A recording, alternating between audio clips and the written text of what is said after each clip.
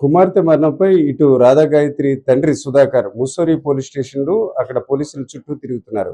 మరోవైపు చూసుకుంటే తల్లి సత్యవతి చూసుకుంటే ఆంధ్రప్రదేశ్లోని ప్రజాప్రతినిధులు కలిసి తన కుమార్తె ఆత్మకు శాంతి కలిగించాలి, తమకు న్యాయం చేయాలని కూడా కోరుతున్న పరిస్థితి.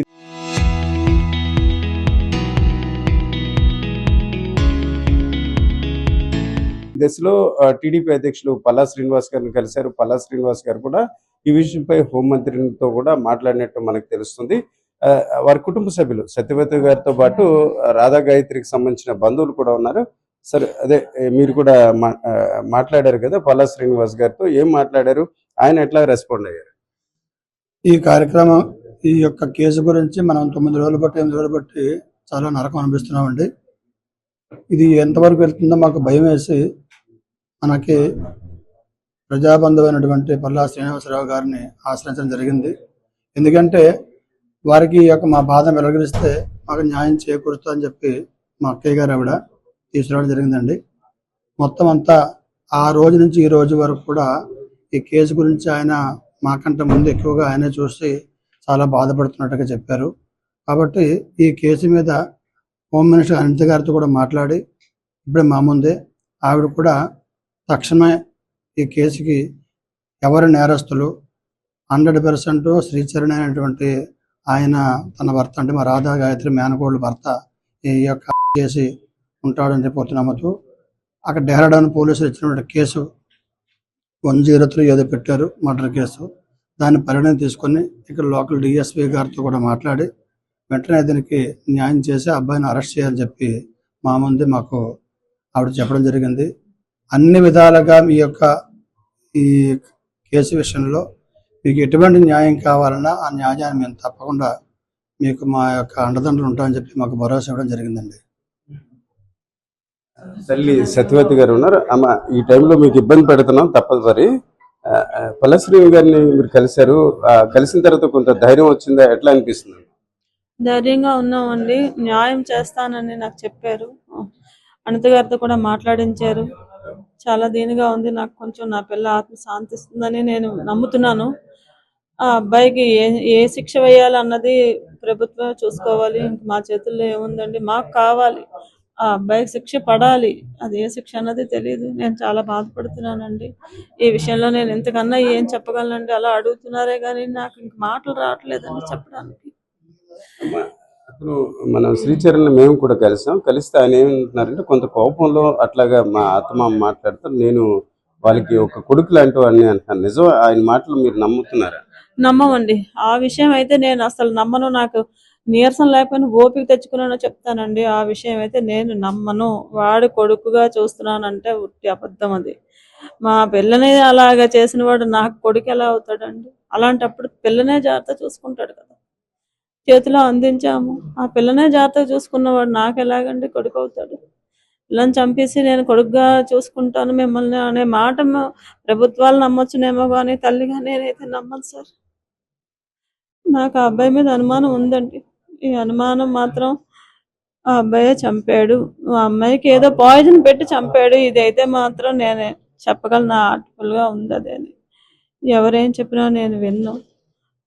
న్యాయం కావాలనుకున్నాం, భగవంతుడు ఏం చేస్తాడు, అది నా చేతుల్లో ఏమీ లేదు కదండి. ఇప్పుడు హోటల్ గది ఖాళీ చేశారు, ఏదైనా పారిపోయే అవకాశం అట్లా ఉన్నట్టు అనుకుంటున్నారా? ఆ విషయం కూడా మీరు శ్రీనివాస్ గారితో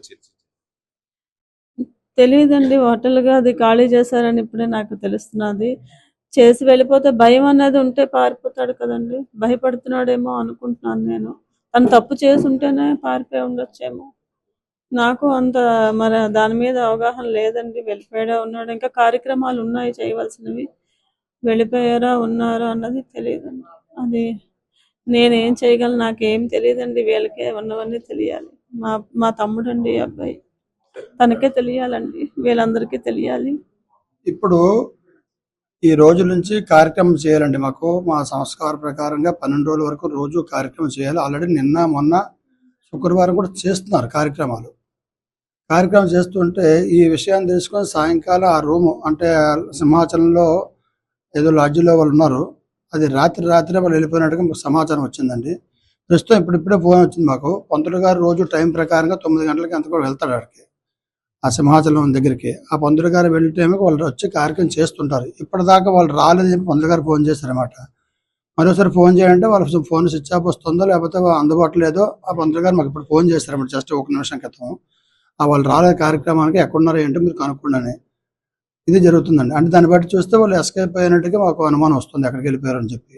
ఇదండి విషయం అన్నమాట. నా కోరిక మేరకు వాళ్ళు ఎక్కడున్నా పట్టుకోవాలి, ఆ అబ్బాయిని పట్టుకుని అరెస్ట్ చేయాలి. ఇది నాకు కావాల్సింది. తదుపరి అత్తమామలు చెప్పుకునే ఉంటుంది నా బిడ్డ వాళ్ళతో కూడాని. వాళ్ళు కొడుక్కే సపోర్ట్ చేసి ఉండొచ్చును.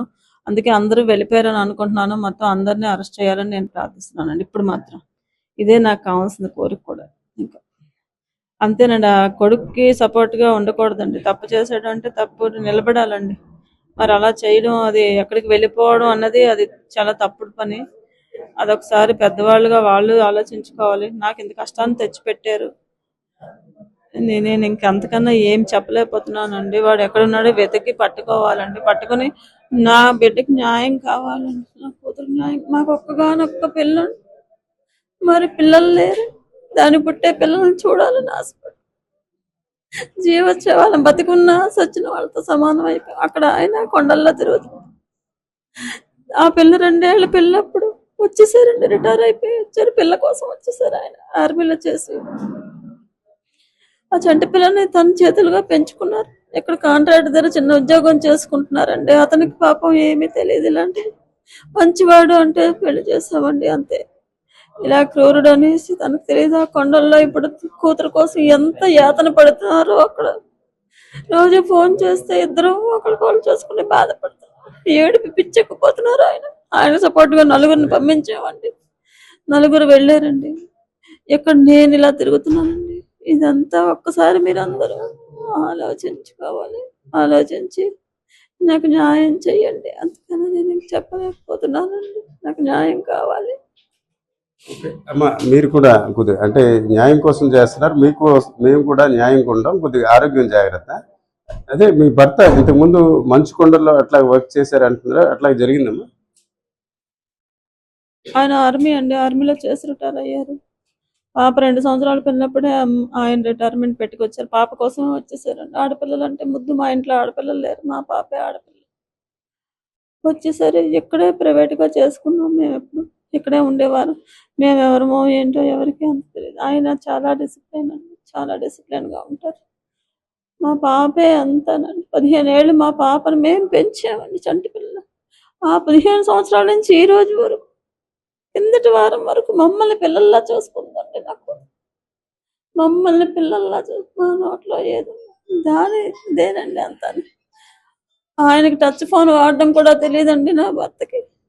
మా పిల్లే చూసుకుంటుంది.